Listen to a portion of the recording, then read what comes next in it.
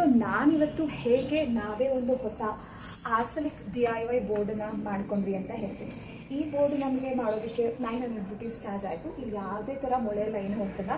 ಈ ಬೋರ್ಡನ್ನು ಡೈರೆಕ್ಟಾಗಿ ವಿತ್ ಸೆಲ್ಯೂಟೇಪ್ ನಾವು 4 ಕಡೆಯೂ ಸ್ಟಿಕ್ ಮಾಡಿದ್ವಿ. ಲೈಟ್ ವೆಯ್ಟ್ ಇರುತ್ತೆ, ಆರಾಮಾಗಿ ಸ್ಟಿಕ್ ಆಗುತ್ತೆ. ಸೊ ಇದು ಪೇನ್ಸ್ ಆಗಿರೋದ್ರಿಂದ ಏನೂ ಪ್ರಾಬ್ಲಮ್ ಇಲ್ಲ, ಕಿತ್ತು ಏನೂ ಪ್ರಾಬ್ಲಮ್ ಆಗಲ್ಲ. ನಮ್ಮ ಮನೇಲಿ ಚಿಕ್ಕ ಮಕ್ಕಳಿದ್ರೆ ಅವ್ರಿಗೆ ಪ್ರಾಕ್ಟೀಸ್ ಎಲ್ಲ ಮಾಡಬೇಕು ಅಂತಾದರೆ ಆ್ಯಂಡ್ ಓದೋ ಮಕ್ಕಳಿದ್ರೆ ಅವ್ರಿಗೆ ಪ್ರಾಬ್ಲಮ್ಸು ಡಯಾಗ್ರಾಮ್ಸ್ ಎಲ್ಲ ಪ್ರಾಕ್ಟೀಸ್ ಮಾಡಬೇಕು ಅಂತ ಅಂದರೆ ಈ ಥರ ಆರ್ಸೆನಿಕ್ ಬೋರ್ಡು ತುಂಬಾ ಯೂಸ್ಫುಲ್ ಆಗಿರುತ್ತೆ. ಆ್ಯಂಡ್ ಈ ಥರ ಬೋರ್ಡೆಲ್ಲ ಹಳೆ ಕಾಲದ ಬೋರ್ಡು. ಈ ಬೋರ್ಡ್ಗಳಿಗೆ ಮೊಳೆಯಬೇಕು, ಅದನ್ನು ಸಿಗಿಸಿ ಮೊಳೆ ಹೊಡಿಬೇಕು, ಹೆವಿ ಇರುತ್ತೆ ಆ್ಯಂಡ್ ತುಂಬ ಚಿಕ್ಕದಾಯಿತು ಆ್ಯಂಡ್ ಕಾಸ್ಟ್ಲಿ ಕೂಡ. ಈ ಸೈಜ್ ಬೋರ್ಡಿಗೆ ನನಗೇನಿಲ್ಲ ಅಂತಂದು 1,500 ಆಗುತ್ತೆ. ಸೊ ಅದೇ ಥರ ನೀವೇನಾದರೂ ದೊಡ್ಡ ಬೋರ್ಡ್ ಬೇಕು ಅಂತ ಅಂದರೆ ಮಕ್ಕಳಿಗೆ ಸಿಗೋಗೆ, ನಿಮಗೆ ಚಿಕ್ಕ ಮಕ್ಕಳಿಗೂ ಅವರು ಸ್ಕ್ರಿಬಲ್ ಮಾಡ್ತಾ ಇದ್ದಾರೆ ಅಂತ ಅಂದರೆ ಅವರಿಗೆ ಐಟ್ ಸಾಕೋ ಹಾಗೆ ಕೆಳಗಡೆ ಹಾಕಿಸ್ಬೋದು. ಸೊ ತೇಲ್ಸ್ ಅಂದರೆ ಡೈರೆಕ್ಟಾಗಿ ಪೇನ್ಸಿ ಸ್ವಲ್ಪ ಹಾಕ್ಬೋದು. ಮೊಳೆ ಅಂದರೆ ನಿಮ್ಗೆ ಹಾಕೋದಕ್ಕಾಗಲ್ಲ, ಮೊಳೆ ಹಾಕಿದ್ರೆ ಇದು ಸೀಲ್ ಇರ್ತದೆ. ಸೊ ಮೊಳೆ ಹಾಕೋ ಬದಲು ಡೈರೆಕ್ಟಾಗಿ ಅಂಟಿಸ್ಕೋಬೋದು. ಡಬಲ್ ಸೈಡ್ ಟೈಪ್ ಹಾಕಿರ್ಬೋದು ಅಥವಾ ಸೆಲ್ಲೋ ಟೇಪ್ ಹಾಕಿ ಅಂಟಿಸ್ಕೊಂಡ್ರೆ ನೀಟಾಗಿ ನಿಲ್ಲುತ್ತೆ. ಸೊ ಪೇಂಟ್ ಹಾಕಿರೋ ಗೋಡೆಗಾದರೆ ಸೆಲ್ಲೋ ಟೇಪ್ನ ಎತ್ತದಾಗ ಪೇಂಟ್ ಕಿತ್ಕೊಂಡು ಬರುತ್ತೆ. ಸೊ ಬೇಸಿಗೆ ಈ ಥರ ಪೇಂಟ್ ಸೆಲ್ಲೋ ಗೋಡೆ ಇತ್ತು ಅಂದರೆ ಅದಕ್ಕೆ ಹಚ್ಕೊಂಡು ಯೂಸ್ ಮಾಡ್ಬೋದು. ಆ್ಯಂಡ್ ಇದನ್ನು ನಾನು ತೋರಿಸೋದಾದರೆ ಸೊ ಎಷ್ಟು ಚೆನ್ನಾಗಿ ಕಾಣುತ್ತೆ ಅಂತ.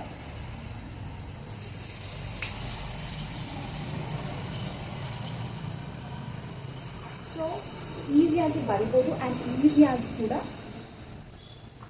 ರಬ್ ಮಾಡ್ಬೋದು. ಈಸಿಯಾಗಿ ರಬ್ ಮಾಡ್ಬೋದು. ಬಟ್ ಒಂದು ಏನು ಅನ್ಸುತ್ತೆ ಅಂದರೆ ಇಮಿಡಿಯೇಟಾಗಿ ರಬ್ ಮಾಡಬೇಕು. ಇಮಿಡಿಯೇಟ್ ಅಂದರೆ ಬರೆದು 1-2 ದಿನ ಆಯಿತು, ಒಂದು ಡ್ರೈ ಆಗಿ ತುಂಬ ಗಟ್ಟಿಗಾಗ್ಬಿಡುತ್ತೆ. ಸೊ ಬರೆದು ಒಂದ್ಸಲ ಯೂಸ್ ಆದಮೇಲೆ ಅಳಿಸ್ಕೊಡ್ಬೋದು.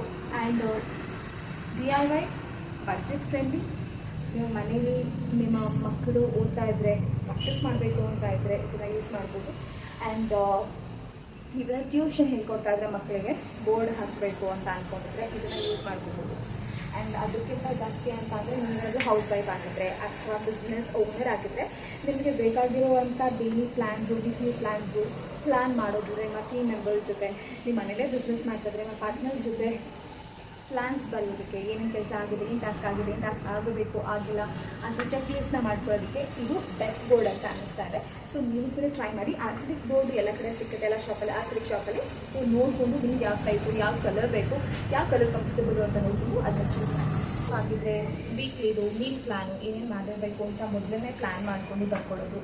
ಸೊ ಏನೇನು ಟಾಸ್ಕ್ ಆಗಬೇಕು, ಯೂಶ್ವಲ್ ಆಗಿ ನಾವು ತುಂಬ ಬ್ಯುಸಿ ಆಗಿರ್ತೀವಿ, ಯಾವ ಟಾಸ್ಕ್ ಯಾವಾಗ ಮಾಡಬೇಕು ಅಂತ ನೆನಪಿರಲ್ಲ. ಸೊ ಅಂಥ ಟಾಸ್ಕ್ನೆಲ್ಲ ಯಾವುದು ಪ್ರಿಯಾರಿಟಿ ಇರುತ್ತೆ, ಯಾವುದು ಬೇಗ ಮುಗಿಸ್ಬೇಕಾಗಿರುತ್ತೆ, ಡೈಲಿ ಲೈಫ್ ಶೆಡ್ಯೂಲ್ಸಲ್ಲಿ ಮರ್ತೋಗೋ ಚಾನ್ಸಸ್ ಜಾಸ್ತಿ ಇರುತ್ತೆ. ಸೊ ಆವಾಗ ನಾವು ಯಾವ್ದು ಇಂಪಾರ್ಟೆಂಟ್ ಇರುತ್ತೆ ಅದನ್ನು ಆರ್ಡರ್ ವೈಸ್ ಬರ್ಕೊಂಡ್ಬಂದರೆ ಮುಗಿಸ್ತಾ ಹೋದಾಗೆ ಅದಕ್ಕೆ ಟಿಕ್ ಹಾಕುತ್ತಾ ಹೋಗ್ಬೋದು. ಸೊ ಇದನ್ನು ನಾವು ಮಾಡೋದ್ರಿಂದ ಒಂದು ಲೈಫ್ ಆರ್ಗನೈಸ್ಡ್ ಆಗಿ ಇರುತ್ತೆ. ಬೋರ್ಡ್ ಎಲ್ಲರಿಗೂ ಅವಶ್ಯಕತೆ ಇಲ್ಲ ಅಂತಲ್ಲ. ಸೊ ಬೋರ್ಡ್ ಬೇಸಿಕಲಿ ನಾವು ಹೋಗ್ತಾ ಬರ್ತಾ ನೋಡ್ತಾ ಇದ್ದಾಗ ಕಣ್ಣು ಮುಂದೆ ಇರುತ್ತೆ. ಸೊ ಓಕೆ, ಈ ಟಾಸ್ಕ್ ಆಗಿಲ್ಲ ಅಂತ ನಮಗೆ ರಿಮೈಂಡರ್ ಇದ್ದಾನೆ. ಸೊ ಅದನ್ನು ಮಾಡೋದ್ರಿಂದ ಪ್ರಾಬಬಲಿ ಬೆಟರ್ ಆಗ್ಬೋದು ಲೈಫ್ ಅನ್ನೋದು ನನ್ನ ಅನಿಸಿಕೆ.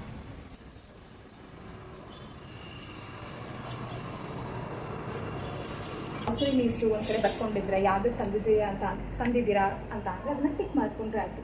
ಯಾವುದಕ್ಕೆ ತರಬೇಕು ಅದನ್ನು ವೇಟಿಂಗಲ್ಲಿ ಇಟ್ಕೊಂಡು ನೆಕ್ಸ್ಟ್ ಟೈಮ್ ಅಂಗಡಿ ನೋಡ್ಕೊಂಡ್ರೆ ಅಟ್ಲೀಸ್ಟ್ ಬರ್ಕೊಂಡು ಹೋದ್ರೆ ನನಗೆ ಈಸಿ ಆಗುತ್ತೆ. ಒಂದೇ ಸಲ ಎಲ್ಲ ನೆನಪು ಮಾಡ್ಕೊಳ್ಳೋದು ಕಷ್ಟ ಆಗುತ್ತೆ. ಆ್ಯಂಡ್ ಟು ಡೂ ಲಿಸ್ಟಲ್ಲೂ ಅಷ್ಟೇ ಯಾವ ಕೆಲಸ ಬಾಕಿ ಇದೆ, ಯಾವ ಕೆಲಸ ಮಾಡಬೇಕು ಅಂತ ಅನ್ನೋದು ಕೂಡ ಬರ್ಕೊಂಡು ಮಾಡಾಗಿದ ತಕ್ಷಣ ಟಿಕ್ ಹಾಕೊಂಡ್ರೆ ಈಸಿ ಆಗುತ್ತೆ. ಸೊ ಪೆನ್ನು ಕೂಡ ತುಂಬ ಹತ್ತಿರದಲ್ಲೇ ಬೋರ್ಡಿಗೆ ಹತ್ತಿರದಲ್ಲೇ ಇಟ್ಕೊಂಡ್ರೆ ನಿಮಗೆ ಈಸಿಯಾಗಿ ಆಕ್ಸೆಸ್ ಮಾಡೋಕ್ಕಾಗುತ್ತೆ.